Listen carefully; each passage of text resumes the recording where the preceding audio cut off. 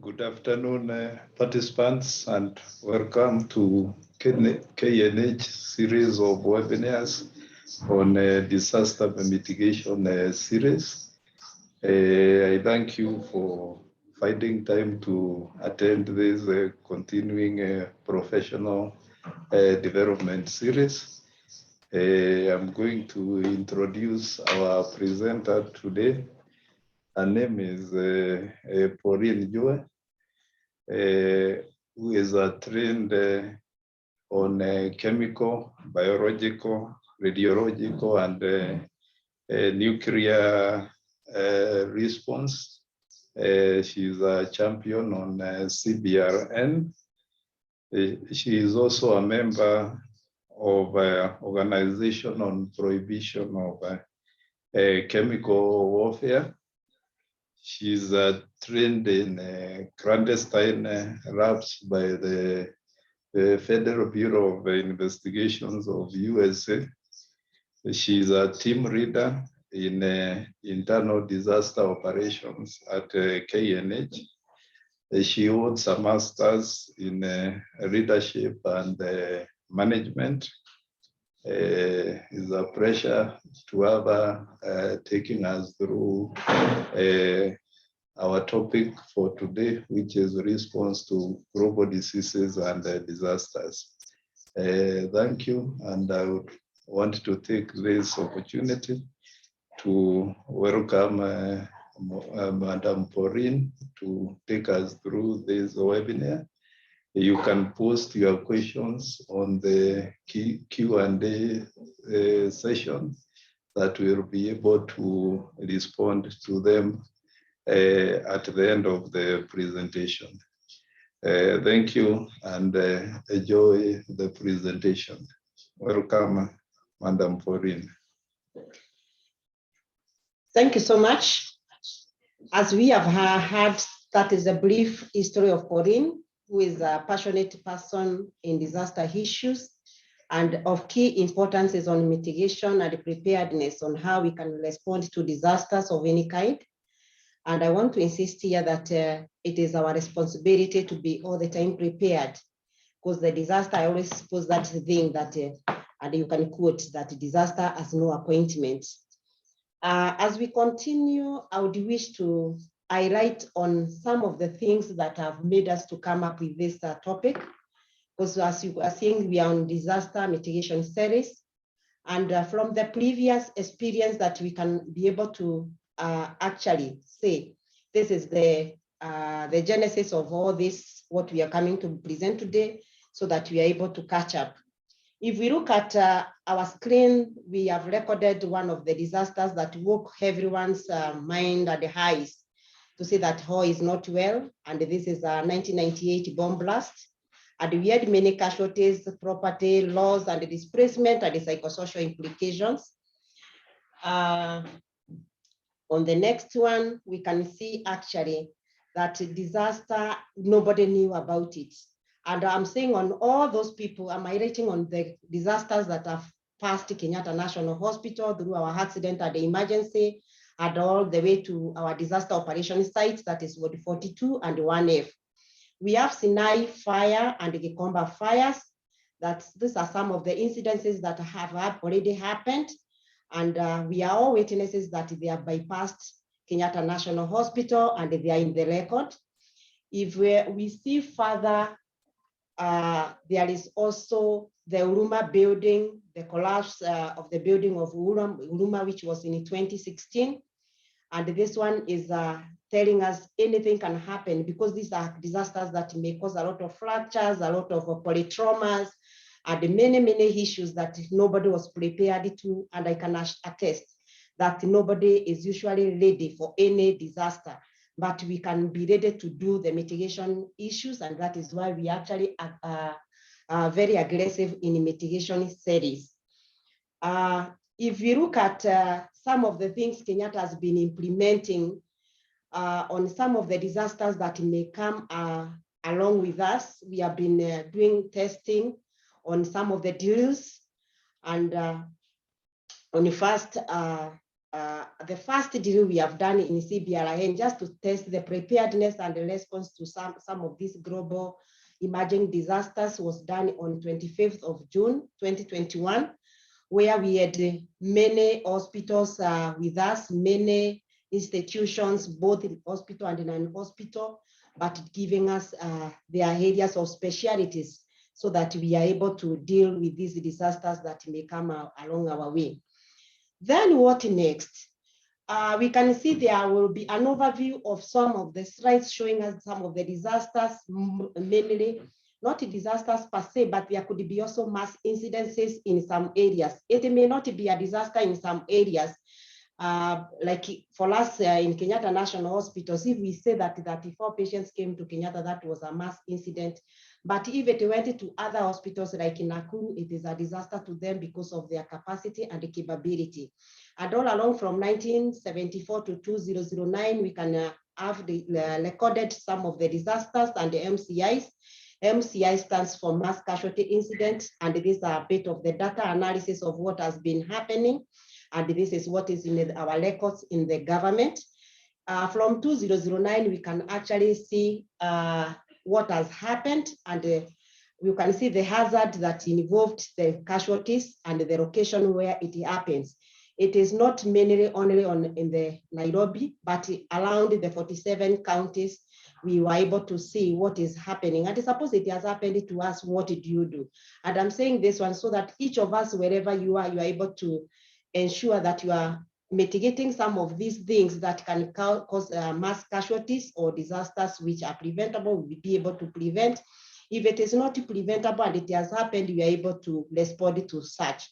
We can see there are so many hazards that are causing the mass casualties and the disasters. We can see there are fire outbreaks, there are droughts and famines, there are skirmishes, there is cholera outbreaks. Some of these pandemics are controllable. We need to know what next. Armyworm, plane crashes, conflicts, floods, waterborne. All these ones are some of the conditions that can bring the disasters or mass casualties, draining our economy and our manpower, our resources, and all, name them. There are many, but of essence is we needed to know what is this global disaster all about, or what are these emerging disasters. And this one is forming the basis of our objectives. And these are the objectives. Having seen what has happened, we want to come up with objectives and find out what are the objectives for all this study and this mitigation studies. Number one, we want to avoid the loss of human life and the property destruction by natural or man-made disasters. Number two, we want also to incorporate disaster mitigation, prevention, preparedness, and response. You can see I've done up to 3 phases. The phase which is called the recovery comes much later. If we are well preventing disasters and we are prepared, response is key because it will give us the results in the recovery phase. Then the other objective is to promote a coordinated clinical and non-clinical processes in emergency situations.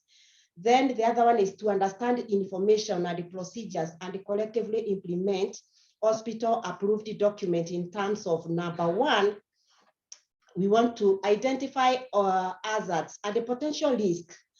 And then if we have identified, we need now to mitigate all these vulnerable hazards to the individual, other hospital workers, or other people we are living with them around us in our surroundings, and the facility at large. Because some of these things, if we don't do this, we don't want secondary contamination. Then after you have done that, all this, what next? You have mitigated, you have done the preparedness, you have responded. What next? You just needed to hear, respond, and then act so that the emerging global disasters like CBRN are not an hazard any longer. Now we have been talking about the CBRN. CBRN stands for chemical, and these are agents which are actually classified in many different ways, because some of them, they become very persistent and they are lethal. Lethal meaning they are there to kill. And then if they are not to kill, they are going to cause incapacitation. Incapacitation is to ensure that the normal processes of your body system is not going to work in accordance to the way it is supposed to, because there's something that has happened. And then on that one, we are also going to think about the effects which are dependent on the target organ and the chemical used. For example, there are several types of the chemicals that may be encompassing the disaster issues, and some of them target the respiratory system, like the choking agents, which an example of them is the chlorine and the phosphagen. Chlorine is mainly used within the hospital facilities. They are used in our homes. They are used in many areas of the environment, but we need to use them with caution now that we are going to learn. It is no longer going to become a myth that some of these things we are having around us can be an hazard to us if they are not properly kept or stored. Then there are those kind of chemicals that are called vesicants, and these are mainly the chemicals that may cause blisters on your skin. And some of them, they could be like sulfur mustard. I will not go into details of that, but there are some questions if they are, we are ready to respond to them. Mainly, they target the skin, and once the skin is in contact with them, you are done because it goes to the systemic kind of it. Then the blood agents that are going to go directly to our bloodstream, and they cause a lot of harm unto us. And that one, the harm we are talking about, they are going to cause the issues to do with oxygenation and hydrogen issues within our blood, red blood cells, white blood cells. They are interfered with. And some of the examples, they include the cyanide, hydrogen cyanide, and the arsine. Then the other one, which is of key importance, is the chemical that is dealing with our nerves. Our nerve agents mainly could be like a saline, which actually make our nerves not to coordinate properly. Then biological agents, there are many of them, and they are highly ineffective. They are transmitted aerosols produced, and they are easily toxic. And some of these things are within our vicinities, especially where these things are captured. So it is also important for us to be very cautious on what and who is handling some of these biological issues that can cause disasters and destabilize our economy. And of importance to know here is the biological agents. They have different values and of makeups. Some of them have got spores which are resistant to any common thing that can be around. So once it is a spore forming, it's also difficult to eradicate it or to deal with it. And they cause a lot of deaths. The virus part of it is one of the biological kind of an agent, depending on what purpose it was made for, bacteria and microorganisms and the toxins, to mention a few. Then the mode of dissemination for the biological, it depends on the intent. It could be intentional or non-intentional. And some of them, we may be doing them intentionally or unintentionally due to ignorance because of some of the sprays we use within our agricultural areas or storage of some of the things we have, like, or even when we are making some of the things like foodstuffs, we may not be in the position to know that they are biological things that can cause harm to us. And then the route of entry, it varies depending on which kind of the biological agent that is going to be used. It could be an inhalational one, or it can be digested through ingestion or inoculation. And then if it is a bioweapon, it could be in form of maybe smallpox or anthrax, influenza, and name them according to the way we can see them displayed. Of importance, toxin, especially when we are storing our food crops, we need to be very careful how we are storing them, because if we don't store them accordingly, they can bring issues to do with aflatoxin and Echinobacterium and lysine, as we can see. Now we are in the radiological part. The radiological part, it is a bit intense, and this one, it could be intentional or non-intentional also. And this one depends on what kind of radiological or radioactive material which has been exposed. It could be alpha, and you can see the properties of the alpha, and the shapes are also different. But of essence is to know, how do we prevent, how do we mitigate? If alpha is in contact with us, how do we be able to mitigate it? And there is the shielding that we can use the alpha papers to ensure that there is no much damage. If it comes to beta, It's also another type of radioactive material, and its molecular properties, we can see how it is higher in masses. And now the protection, as complex as it is, we are not going to use the paper. As for the alpha, we are going to use the aluminum kind of the shielding protection. The gamma rays, it is so much used even within our hospitals and in our clinics and in many areas where the radio action is taking place. And as we can see, it is very complex, and the shielding of it is not either alpha, it is not aluminum, but we use the lead. When it comes to the nuclear part of it, it is an energy releasing, and this one, it can be done through the fission or fusion, so cause harm. But of essence is to understand that we need to keep these things in a very far area and in a protection, in that there is no contact and people are not going to be radioactive or have nuclear issues because of our negligence in form of storage and their usage. About detonating, it is in 7 parts, and this one, the special people are there, and Kenyatta has made sure that we have got people who can deal with this issue and may ensure that we have correct, maybe protective gear, so that we are able to protect our human life. That is myself, others, and the facility, to avoid the secondary contamination. PPEs are of many levels, depending on what kind of an incident we are responding to. And as we can see, the level A is of the highest protection, depending on what kind of the disaster. And at this particular time, I'm talking about the CBRN, where it is not the kawaida kind of a response we are responding to, where we are wearing just the level D and all this. And to ensure that we are not going to inhale these things, as we have talked about the mode of contact, we are going to use a level A or a level B, and if it is less toxic, we can use a level C. And some of these PPEs, we are putting them down here so that we are able to see. In level A, you can see it is a bit complex. People say you are looking like you are going to the moon. Yes, you are going to the moon because you need to protect yourself very highly.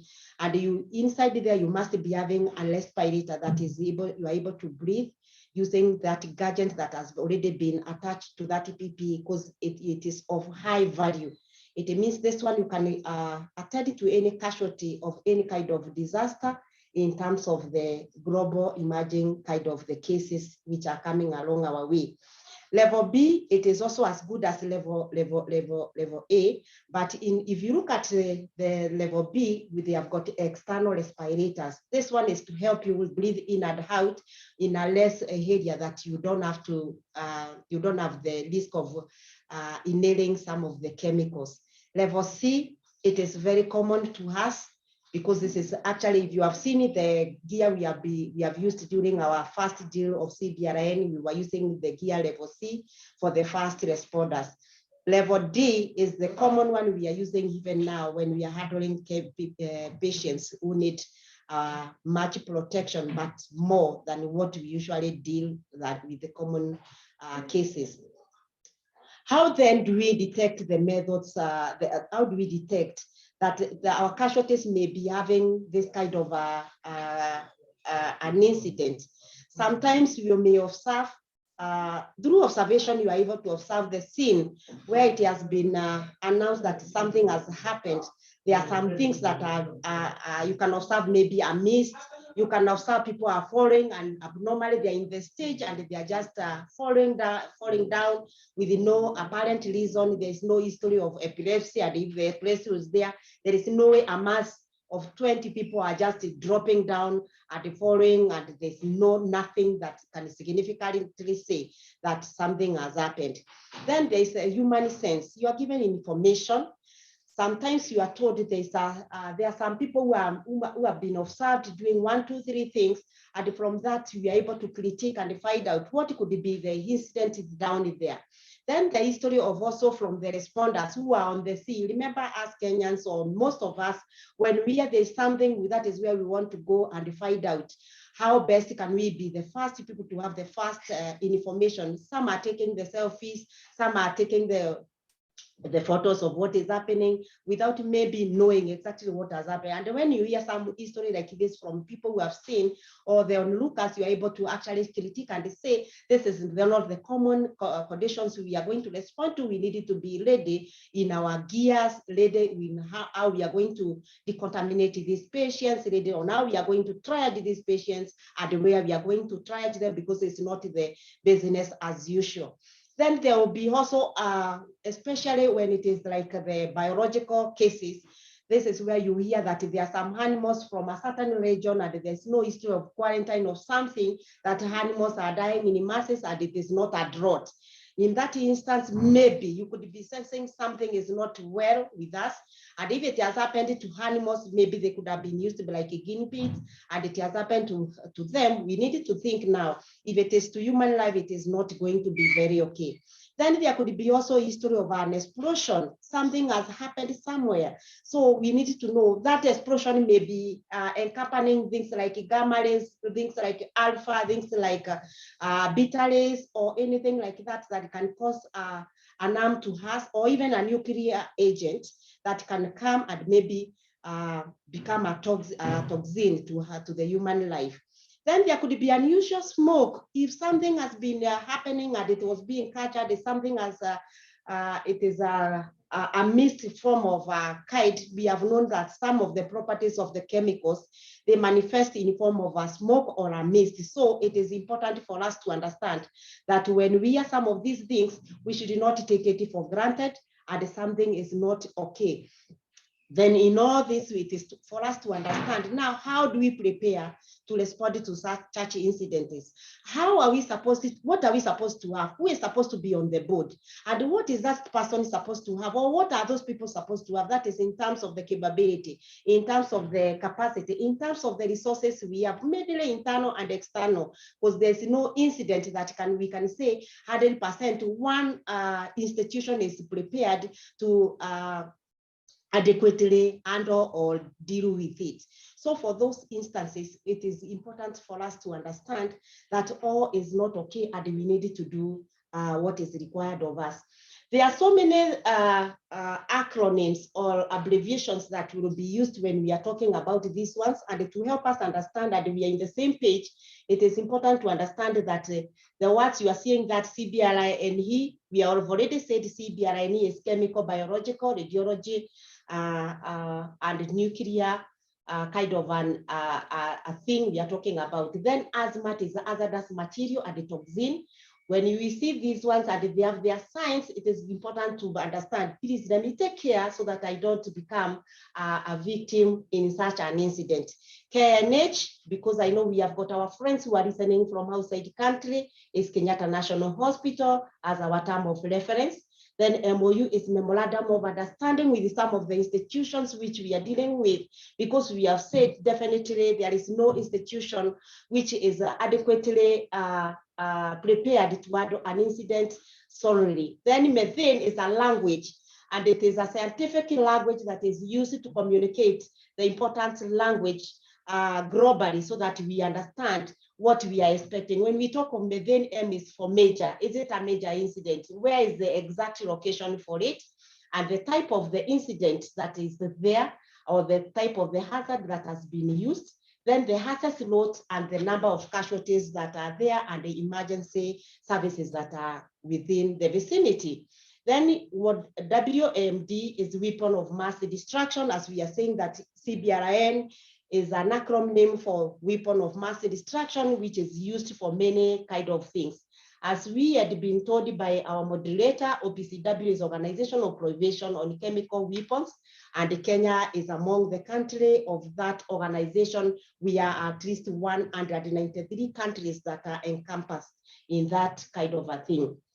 Then when we come to disasters, we want to say that a disaster is not a new thing. It is something that has been there, and we have said it is as old as Methuselah.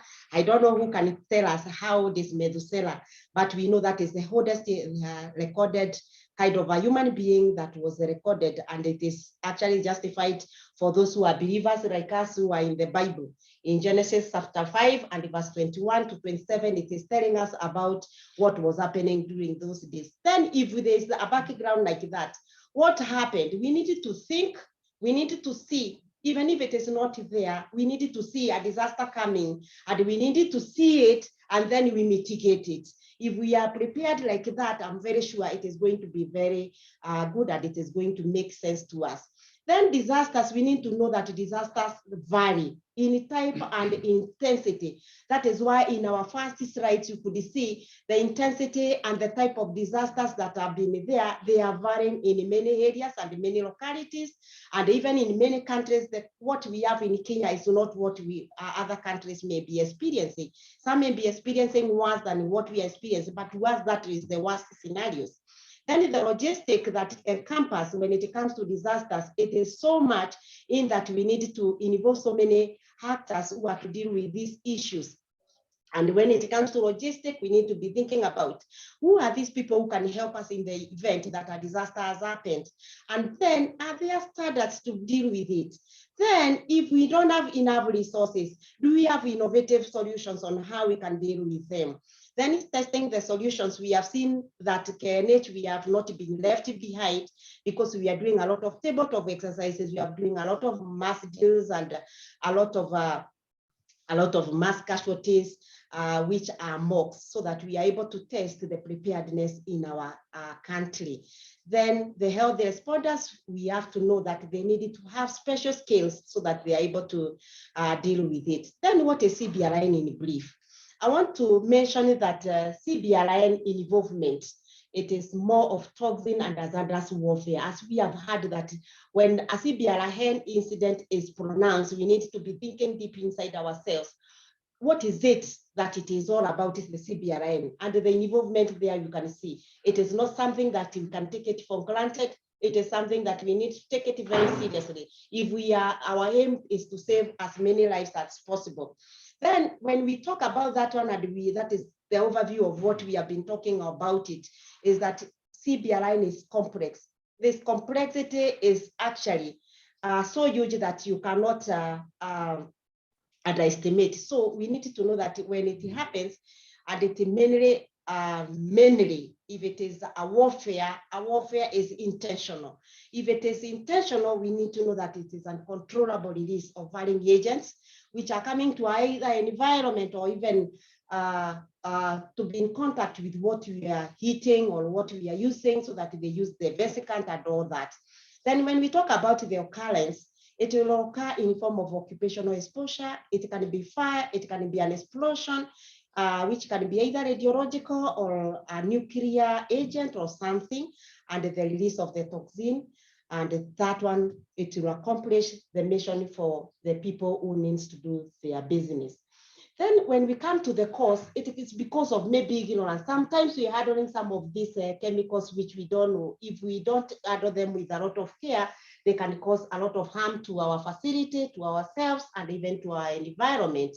Then sometimes it's because of negligence. Maybe the people who are handling these things, they are not aware of what they are doing, or they are not having that capability in terms of the skills, in terms of knowledge. So it is hard now to mitigate by making sure that they have the capacity and the capability to handle this through skill empowerment.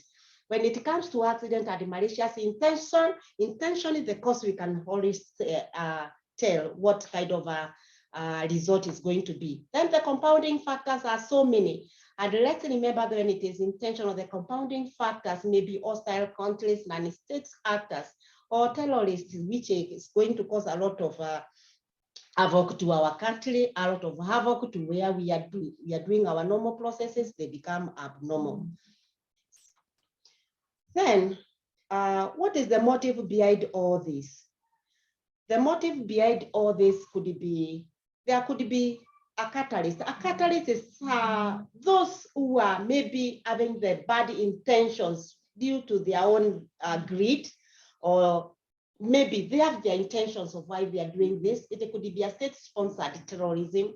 It could be proliferation of a chemical. It could be a weapon, a biological, chemical, whatever. Then the availability of the materials could make people maybe think of doing certain things. It could be out of curiosity, but these curiosities we need now as a where we are in the mitigation. What kind of curiosity? And that's why in our introduction, we have heard about clandestine labs, where now because of the availability of this, some people in their quarter, they are not doing it because of their curiosity, they are doing out of something else. They do abnormal things, trying to confuse us that they are normal things. That is all about clandestine labs. Then when it comes to the scientific weapon expertise, maybe there are people who are doing this one legally, but out of maybe the bad luck, something has happened and it has raised disaster to us. Then we can think of the recent attacks and why they have happened. And that now could maybe makes a catalyst to other people, maybe in the form of a revenge.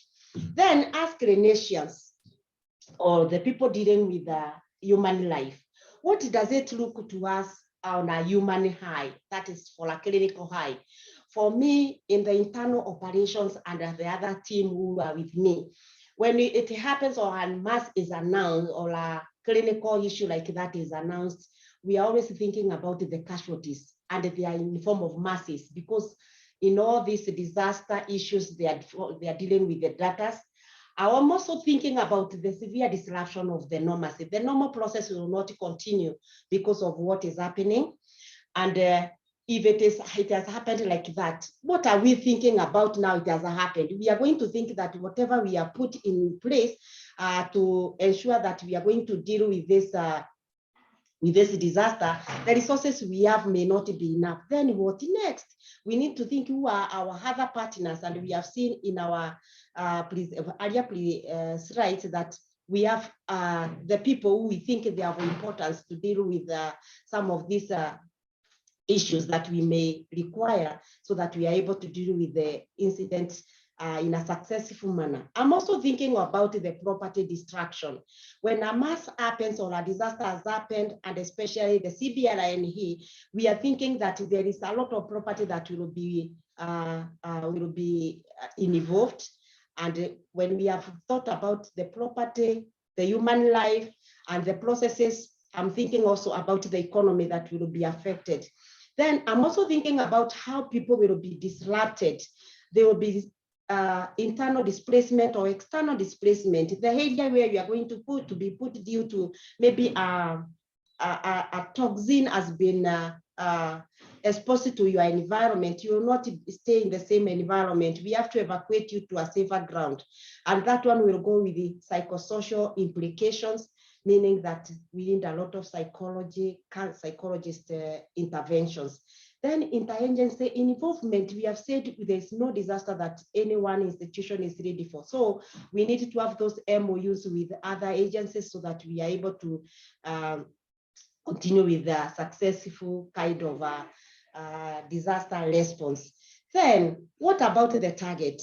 Always when it is unintentional, the arsonists or the adversaries think on the large numbers. And these large numbers, let's remember that they will target the areas where they are overcrowded, like the churches, the mosques, the entertainment clubs, the rallies. And I don't want to mention now the rallies because we know the sports and all that.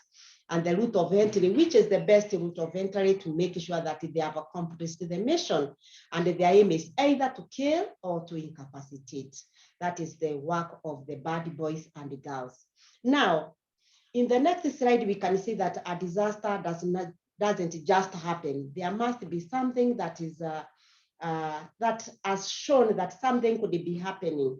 For example, let's say there's a collapsed building, and this one, let's know that it is something that is a multi-agency kind of a thing, because when we think about a building, there is the construction agencies that deal with the certification of a complete and a good house. But because of shortcuts, sometimes it is not done the way it is expected. So a building will start to show that something is not okay by maybe the cracks that are there. Maybe it is gaping, But when it shows that sometimes, and it is closed, we see when the inspection goes loud, some clauses are put across. But these clauses, they have never made sense to maybe the occupants to know when an X has been put in a building, maybe it is communicating that it is not a safe building for us to stay. So we needed to move away out of it. So what do we do about that? That is in the prevention or mitigation, we needed to educate our people who are around us so that people know when you see this kind of a thing, it is telling us, please move to a safer ground. Then if you are moving to another area, move to a safe area where it is okay. And that is now the next stage of preparedness. If you are prepared, I'm very sure, if you have mitigated very well, and you are prepared very well in terms of the capacity, in terms of the resources you needed to use to respond to any kind of a disaster, and then the response actually is going to be very, very fruitful. And actually what we are thinking when we are coming about the response is telling us that we needed to save 100%. There is no room, or we do, for there are some people who we think they will go. There's no vocabulary in an hospital setup or in healthcare and clinical services. Then the recovery phase is the last phase where we need now to reconstruct and do a bit of rehabilitation to our casualties, who we are very sure they have recovered very well. Then why emphasis on all this? The emphasis on all this is because as we have said, disaster has no appointment. At that one, you can quote it for in. If there's anybody who has known tomorrow we are going to have this kind of a disaster, please, I would really appreciate it, so that we are always telling it, please don't come today, we postpone. So what am I trying to say? There is a lot of need for us to be prepared, right from mitigation, preparedness, before we come to response for this giant which had come without being invited or being told, please come. Then what do we need to know? The emphasis are being put here because we need to adequately have the information or knowledge on clinical identification and saving the CBRN victims. And this one, we are going to use the language called methane, and from the reference we have said in that slide of what methane is all about. Then there is a need for responders preparedness in handling CBRN. What are we talking about this thing? We needed to make sure that the responders who are going to respond to these emerging global disasters like CBRN, we have adequately empowered this team so that they don't also become victims. Let's understand that that CBRN is not a disaster that we can handle like any other kind of a mass incident, because this the way of response is quite different. We are not going to do the CPR like we normally do for people with the polytraumas and they have come gossiping. This one, the first priority here, and I want to emphasize that it should be decontamination first. That is the first priority. Even if you are gossiping and you are not decontaminated, I'm very, very sorry, because if I send a clinician there, I'm telling that clinician, I need you to add your data to the mortality.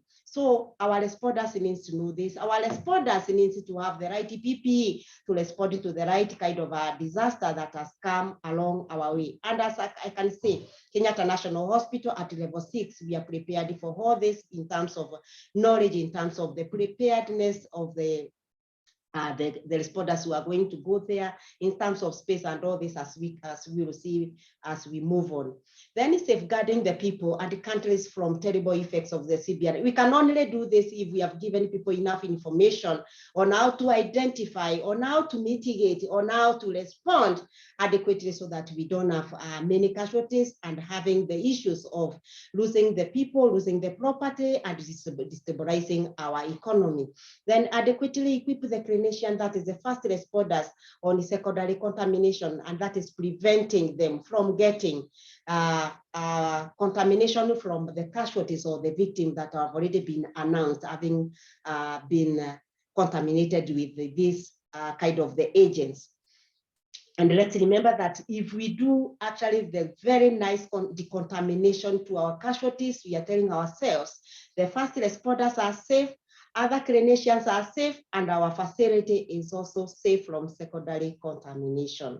Then the emphasis is also there because we want potentially to be acquainted with the current and the future security challenges and adequately prepare for weapon of mass destruction. And these are developing things, we needed to be actually alert at all times. Then what are the expected results? After learning all this, what do we expect? In the real sense, we expect now that it's no longer going to be a myth. A myth in such a way that we are not going to say, Kenya, it is a country that we have never been experiencing this. We are having, it's a metropolitan kind of a country where we are mingling, we are business people, where we are moving on and on. We are people who are evolving from one stage to the other one in terms of knowledge, in terms of skills, in terms of experiments and all this. So it is no longer going to be a myth. We are going to prepare on in terms of the CBRN appropriately and accordingly. Then we want also to come up with innovative life-saving clinical practices so that we don't end up becoming the victims. We don't end up having so many casualties dying from the negligence or the issues which we could have prevented death from occurring. Then we also expect the provision of opportunity to discuss security and nuclear safety issues in context of plan and action of CBRN hospital preparedness. What do I mean by this? As we can see, there are so many things where we are having scrap metals, we are having things that which are being decomposed, some of them. We have also in our houses, there are some things we have in our houses, and after their marriage, we don't know where to dispose them. It is important to understand that some of these things, they have radioactive materials.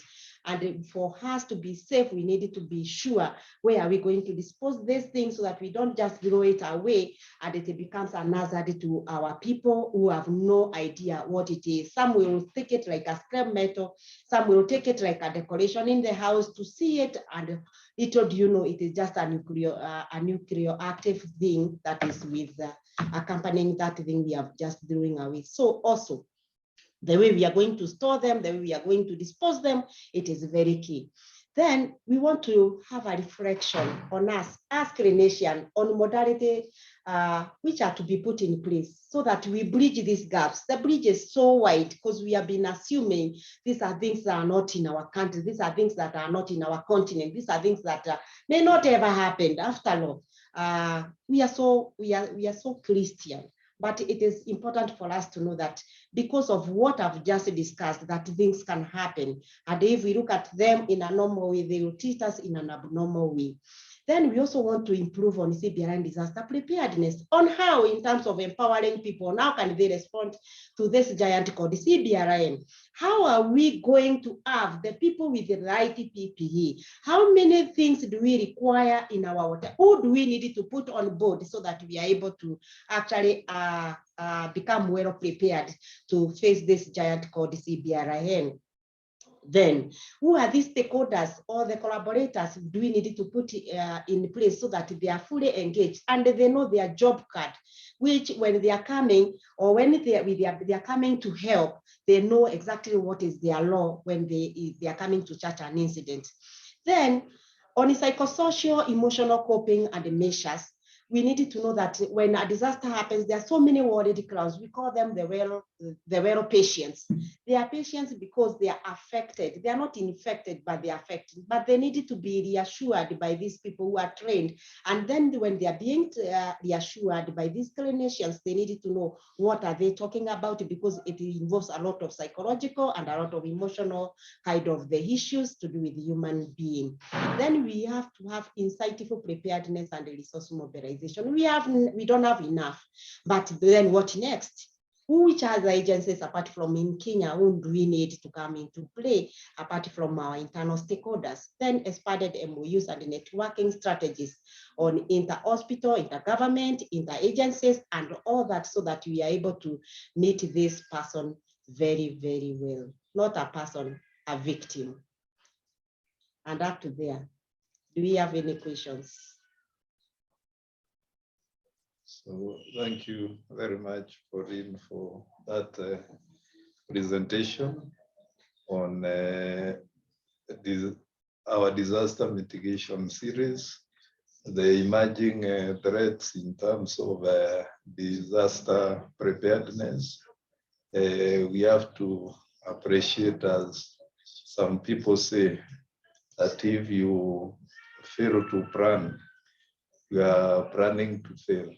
So disaster preparedness mitigation is key in terms of making our hospitals to be in a position where they can respond to whatever disasters that may happen and that may cause a strain to the available resources. So the awareness about the potential threats, how we are able to do our vulnerability assessment, to be able to identify what kind of threats we should prepare for, and therefore prepare to respond in case that they do happen. So I'll take this opportunity for our question and answer session so that we can answer the key concern from the participants. I can see a question there in development of personal protective equipment, whether it does consider temperature variations of regions when designing materials for PPEs. And this was a real challenge during COVID-19 for health workers in hot areas. So maybe, Corinne, you want to make some comment? Yes. Yeah, thank you so much for that question, Lyle. We appreciate that question because it has been a point of concern. And when we are giving specification for our PPEs, I said like in Kenya, we are using PPE level C, which is currently in use for separate, with a separate mask, respirators, and the chemical resistance. Why are we saying this? Because we know in Kenya, the temperatures for the country, they are adjustable. But if it is happening to the areas where you cannot remove the mask, you have to have it, we are recommending the level A. And the level A kind of the PPE, it has got an internal self-breathing air, which has got incapacitated with the sizing provision. What do I mean by this? I mean, you need to be protected 24/7 when you are using this gadget or this PPE, so that you are not also at risk of removing some of these gadgets, and then the contamination or the hazards get in contact with you. And as we have seen, we have some which are coming because of inhalation.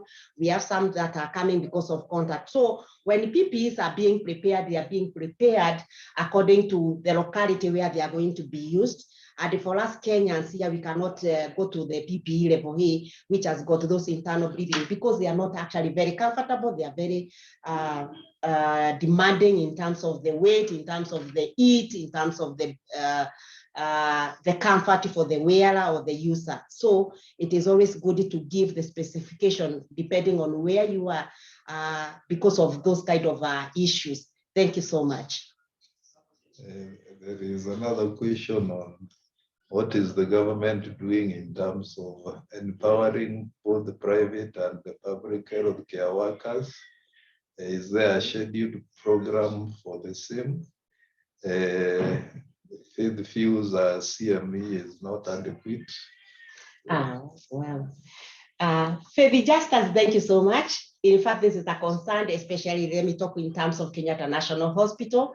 We have already done our SWOT analysis to find out where we are having our strength, where is our weaknesses, and some of these are those things you have already highlighted there. We realize that when this CBRN incidents, if they may occur, the chances are that we don't have the capacity in terms of the responders who are well informed on what is expected of them in terms of the resources. We also don't have enough resources, and that is what we are dealing with. What I would urge some of us or some of our institutions is to just do the same as Kenyatta has already done, so that we are able to have enough capacity, which has never been enough, but it is good to be prepared in such a way that you have something by the time you are calling people to assist you, at least you are somewhere. I can assure you that when we do that, we are able to respond to any kind of challenge dealing with the CBRN. Thank you. Our next question is asking, how do you dispose radioactive items, e.g. spoiled mobile phones or laptops? And for this is basically to return back to the supplier or the vendor. For radioactive waste, that is the best method. They have the capacity to safely dispose such radioactive waste. Let's add on that disposal. Corinne, you would want Yes. to make further comments? Yes. On disposal of some of these radioactive materials, actually, if we are importing some of these things, they have to go through the CAPS. They have to go through the government process of how we are going to dispose them when they need to be disposed. And the government has provided some areas through the procurement plan, which they have already done, that some of these radioactive materials, they cannot just be disposed.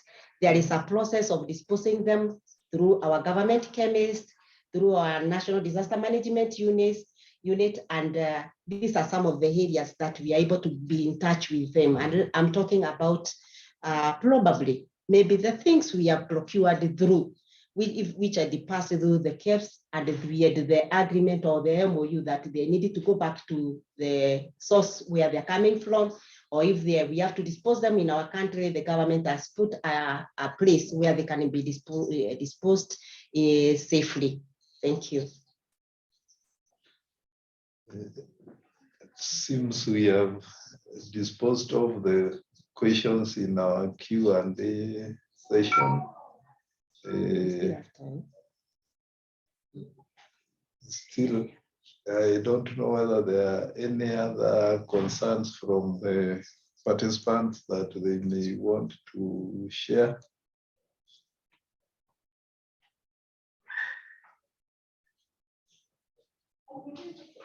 If there are no further concerns, maybe we can take closing remarks, and welcome Pauline to give your closing remarks.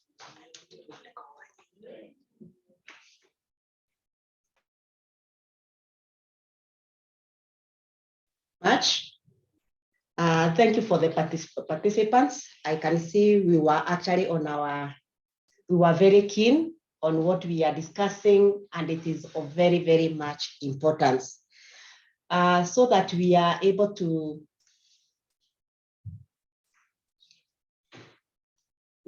continue, it's important to understand that out of all that topics, there is conclusion and recommendation.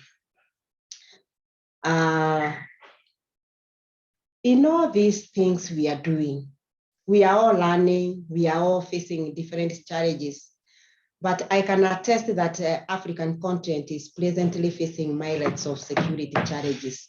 It could be small or big, it could be of different kind, but what are we supposed to do? When we are having this kind of arms, there could be CBRN, there could be the common ones we have. And we should be very cautious about seasons, very cautious about the durations we are having some of the things. These expiry dates we have, it is important for us to ensure that they are turning so that they don't turn up to be hazards to our state. When we come to some of the things we are assuming is because of where we are stated. Most of the time we have always thought, because of poverty, we are improvising things, and these things we are improvising, we have never known that they can pose a risk to all of us. So elevation of the poverty and the provision of basic goods, that is services, like housing, food, education, healthcare. It has made it difficult for us to argue in Africa that Kenya should be more concerned on CBRN weapons and their materials on the continent as a threat.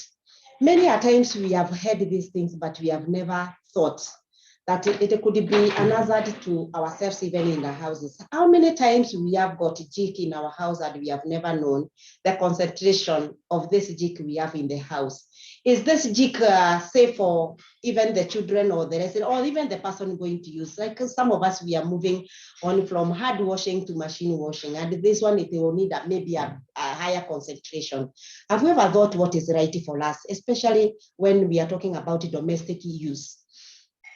And then, are we able to learn away from things that are not accredited? Maybe by our government, maybe by our Bureau of Standard, maybe by even our senior advisors when we are in the hospital settings, because that is where we are. The people we are accounting to deal with some of the chemicals, are we sure when they are very comfortable dealing with it, or they are doing it out of ignorance, or they can do it out of experimental issues and all this? When we think about this one, I think we are able to keep ourselves in a very safe area. Now, what about when it comes to the challenge? Actually, it may not improve, it may not be looking at as per today. It might not be a challenge, but let alone it is changing. The way we have been thinking that this one is okay, and it cannot happen, we should be now changing our thinking and our mindset that something can change to become maybe a source of mortality. And I'm saying this because many a times we have assumed some of the things that we see around, some of the way we walk, some of the way the talks even as ourselves we involve ourselves in. It is not only about CBRN, even the way we relate to one another, it can become hazardous to each of us. Maybe we are the people who are causing people to go to Mathare and have mental issues because of the way we are handling ourselves. We have never thought how many people are in Mathare because of the genuine condition, or we are the ones who may have caused it. And when we have toxicated them with maybe our talks or maybe the way we relate, we find out that we have many people in the hospital. Then, in Kenya, it has been counted as a sub-Saharan region, but minimal involvement with WMD, that is the weapon of mass destruction. But who knows, the phenomenon might change. As we are saying, the adversary boys and girls are also on the move. The way we are moving from analog, we are going to the digital way. The same thing, we should also be looking at it. Remember, we said, think, see, and act. What are we seeing? Let's see things in a different perspective so that we are able to mitigate the disasters that can come a long way with us. It's usually important to understand when you are safe, your colleague is safe, the facility is safe, the country is safe, our economy is improved. It is important also to safeguard the materials that we can potentially can be used beyond our control and the cause, the issues to do with what we are jogging around with it. So I'm urging all of us, all our participants, those who are listening, we become the agents to disseminate the positive information that can help our country to be safe, especially now, the time we know, the time and the period we are in, so that we are able to keep our country safe. Thank you so much. Those are some of the references that came with this. So thank you, participants, for your attendance and for your participation. We appreciate that disasters will always occur, that as healthcare providers, we need to be aware about which potential disasters to expect, and make sure that our teams are well capacitated to respond to these disasters. So in this series of our webinars, we will continue to provide more information on disaster preparedness. As an institution, Kenyatta National Hospital has a disaster management policy and plan that guides the hospital in terms of responding to disasters. And I would encourage other institutions to borrow from this practice. At the national level, we have the National Disaster Management Unit, which has the mandate to coordinate disaster preparedness and response within the Republic of Kenya. These are people that we can consult with in terms of developing build capacity for our institution, building resilience in terms of responding to disasters. For those with the interest in disaster response, if we can consult the SEDAI framework on disaster risk reduction, which is the document that guides the world in terms of how to respond to disasters in terms of disaster management. It is a very important resource that can guide our institutions. So with that, mine is to thank you for your participation. Your moderator today has been Dr. Fred Birichi, the Director of Pharmaceutical Services at Kenyatta National Hospital.